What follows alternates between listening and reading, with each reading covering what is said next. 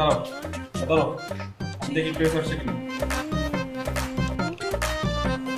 की गिरा गरम तेल में ओ ऐसा रहना पड़ेगा सेंट्रल जेल में यहाँ हो কি মনের মধ্যে কি সুখ সুখ লাগে? হ্যাঁ, গলা দিয়ে কান বেরিয়েছে। তো কি বইবে কান্দু গলায় চলছে মালা, এবার বুঝবা ঠেলা।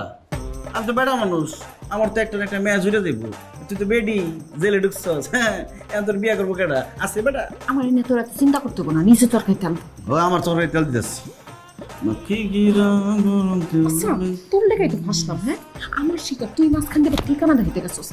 ব্যাগ দুশ্মন আমার আমার উত্তর পাড়া তোর দক্ষিণ পাড়া। তুই কেন পাকনামি করে উত্তর পাড়ায় বমি করতে গেছিস? আমি জানি বেটা প্রশাসনের লোক।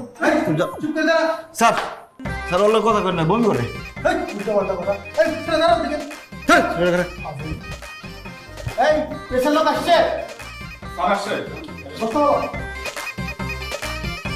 আপনারা যাদেরকে দেখতে পাচ্ছেন দুজন প্রতারক চক্রের সদস্য।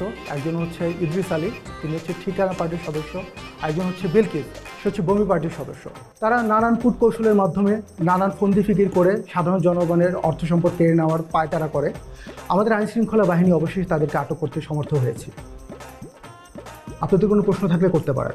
এদেরকে কিভাবে ধরলেন? ঠিকানা পার্টি, বমি পার্টি কি মলম পার্টির মতো? না না, আসলে তারা মলম পার্টির মতো না হলেও তাদের কার্যকলাপ অনেকটা মলম পার্টির মতোই। তারা আসলে প্রতিনিয়ত, যে বললাম, তারা নতুন নতুন ফন্দি ফিকির তৈরি করে নানান কূটকৌশলের মাধ্যমে মানুষকে লুটে নেওয়ার পায়তারা করে।